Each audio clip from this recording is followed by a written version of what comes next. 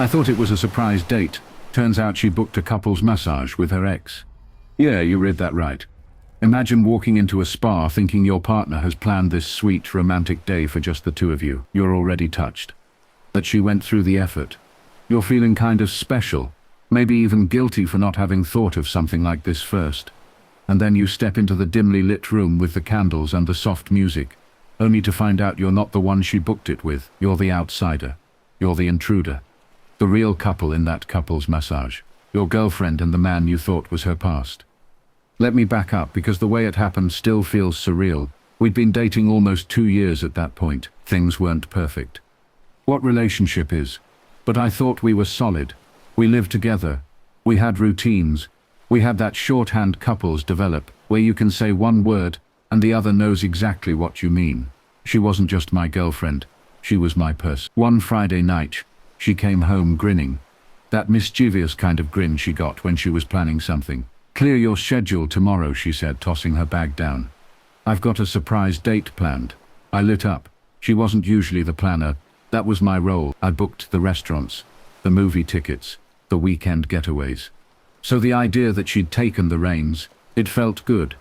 I teased her a little, asked what we'd be doing, but she wouldn't give me a hint. Just said, wear something comfortable, bring a change of clothes. I spent the whole night excited, thinking maybe it was a hiking trip, or maybe she was taking me to a brewery tour, something fun and different. The next day she drove us across town, refusing to say a word about the destination.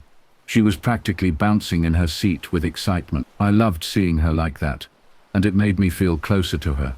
I kept thinking, this is going to be great. She really thought this through. When we pulled up to the spa, I was surprised but thrilled. A massage? Perfect. I needed it. I leaned over, kissed her, told her she was amazing. She smiled like she'd just scored a victory. Inside, the receptionist greeted her warmly, like they knew each other. A little too warmly, but I brushed it off. She handed over her ID, signed some papers, and then said, "It's under Thompson." Not her last name, not mine, Thompson. I blinked. That was her ex's last name.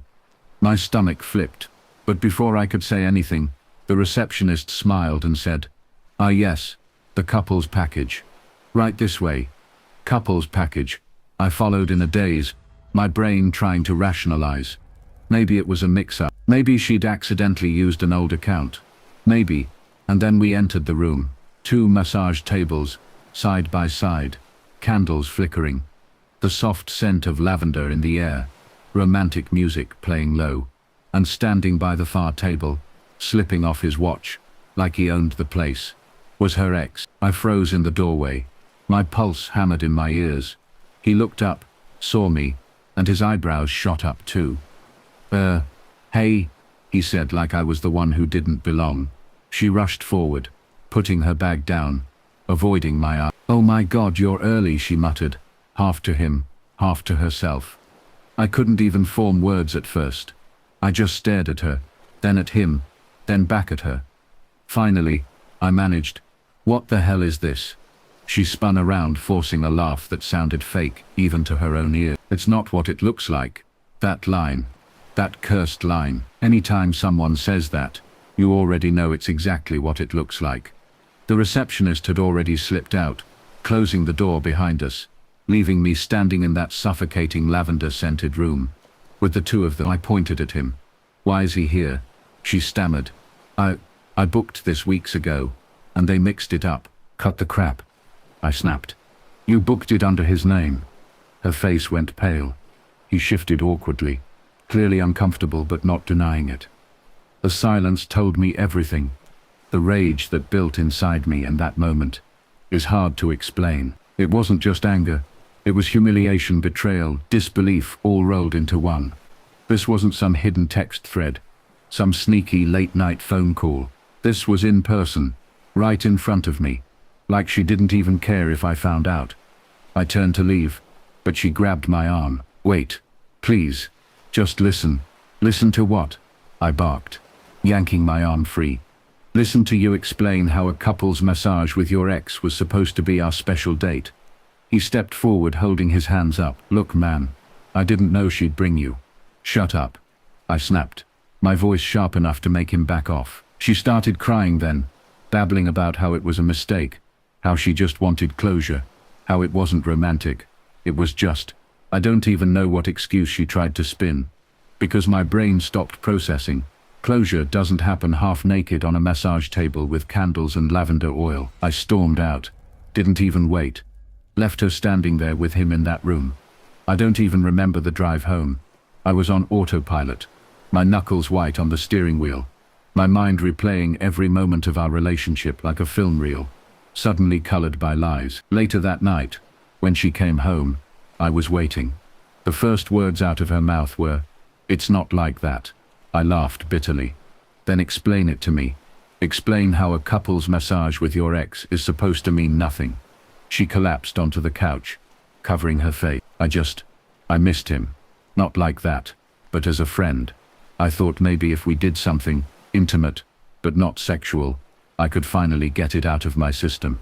I stared at her, stunned by the insanity of it. "Do you hear yourself? You wanted to get over him by booking a couple's massage while you're dating me." She sobbed harder, swearing she loved me, swearing she wasn't cheating, swearing it was just a lapse in judgment. But here's the thing. Betrayal isn't just about sex, it's about intention. It's about loyalty. And she'd shown me where hers was. That night, I slept in the guest room. I couldn't even look at her. And as I lay there staring at the ceiling, I kept thinking about all the other surprises she'd planned over the past year. Every late night, every unexplained errand, every vague story. And I realized, this wasn't new. This was just the first time she got caught. And that's where part 1 ends, with me lying awake in the guest room, my entire relationship unraveling in my head, realizing the woman I thought was planning surprises for me had been planning them with someone else all along. I lay in that guest room staring at the ceiling all night. No sleep, just a carousel of memories spinning through my head. Every "I love you" she'd whispered. Every night she came home late, sweaty from the gym. Every weekend she claimed she was running errands. All of it twisted now, reframed in this new light. The image of her booking that couple's massage under his name played on loop in my head like some sick punchline. When morning came, I got up before she did, made coffee, sat at the table waiting. When she finally walked in, hair messy, eyes puffy from crying, she tried to smile. "Can we talk?" she asked softly. "Talk," I said flatly, not looking up from my cup. She sat across from me, fidgeting. "I know how it looked yesterday, but it wasn't about you. It wasn't about us. It was about me needing closure." I laughed bitterly. "Closure doesn't involve candles and a massage table." She winced. "I didn't mean for you to find out like that." That line cut me deeper than any excuse. "So you weren't sorry for doing it. You were sorry I found out." She opened her mouth, then closed it again, staring down at her hands. That silence told me everything. For the next week we lived like strangers. I worked late just to avoid being home. She tiptoed around, cooking dinner, cleaning more than usual, like good behavior would erase what happened. But nothing could scrub away the fact that she'd planned something intimate with a man she'd once loved, and hidden it behind the word surprise. The worst part, the ex started showing up in my mind more than she did. What did he have that I didn't? Why him? Why go back to someone who broke her before I ever came into the picture? I couldn't stop myself from looking him up. Social media gave me all the answers I didn't want. Gym photos, vacations, him smiling with buddies. He looked smug even in pictures. One night, fueled by anger, and maybe too much whiskey, I messaged him. "Stay away from her." That's all I wrote. He replied 10 minutes later. She came to me. "Don't blame me for what you can't keep." I wanted to smash my phone. I wanted to drive to his place and make him regret those words. But deep down, I knew he was right in one twisted way. She did go to him. She booked it. She planned it. She wanted it. He wasn't innocent, but she was the one who made the choice. The next day I confronted her with the message. "He said you went to him, that you planned this." She burst into tears again, grabbing my hands.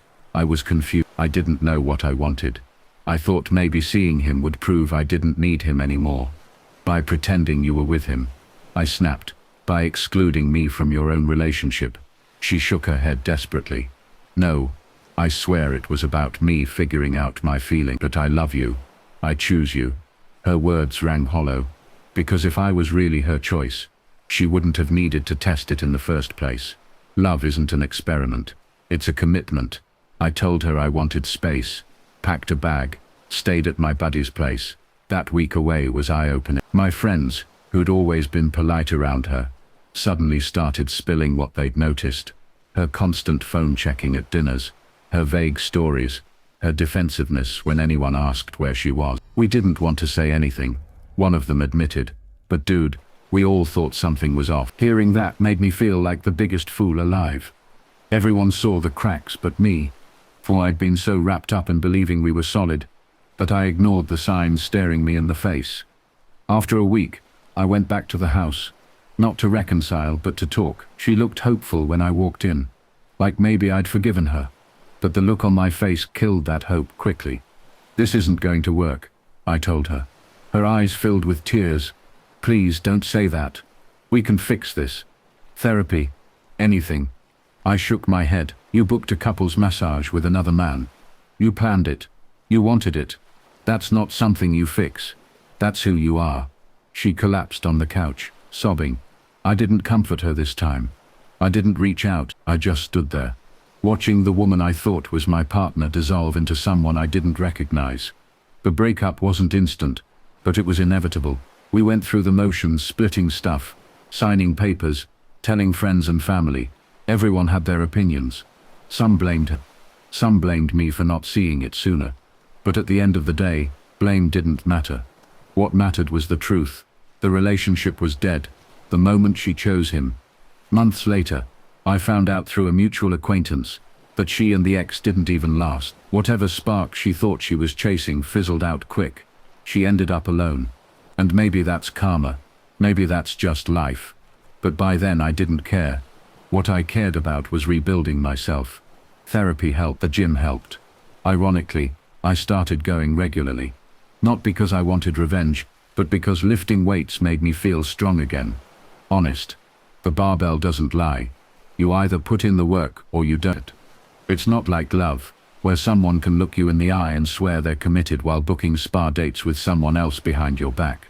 Looking back now, the lesson is simple but brutal. Betrayal doesn't always look like sex in a hotel room or flirty texts on a hidden phone. Sometimes it looks like candles and lavender oil booked weeks in advance, under the name of the man she claimed was her past. And here's what I tell people now, whenever they ask why we broke up. I thought it was a surprise date. Turns out she booked a couples massage with her ex. That one sentence says it all. It's shocking. It's humiliating. It's absurd. But it's the truth. And I'd rather live with the ugly truth than keep swallowing her beautiful lies. So yeah, I survived it. Scarred but stronger. And if there's one thing I learned, it's this. If someone ever tells you they've planned a surprise, make sure you're the one they're actually surprising it with, not the one being surprised by the truth.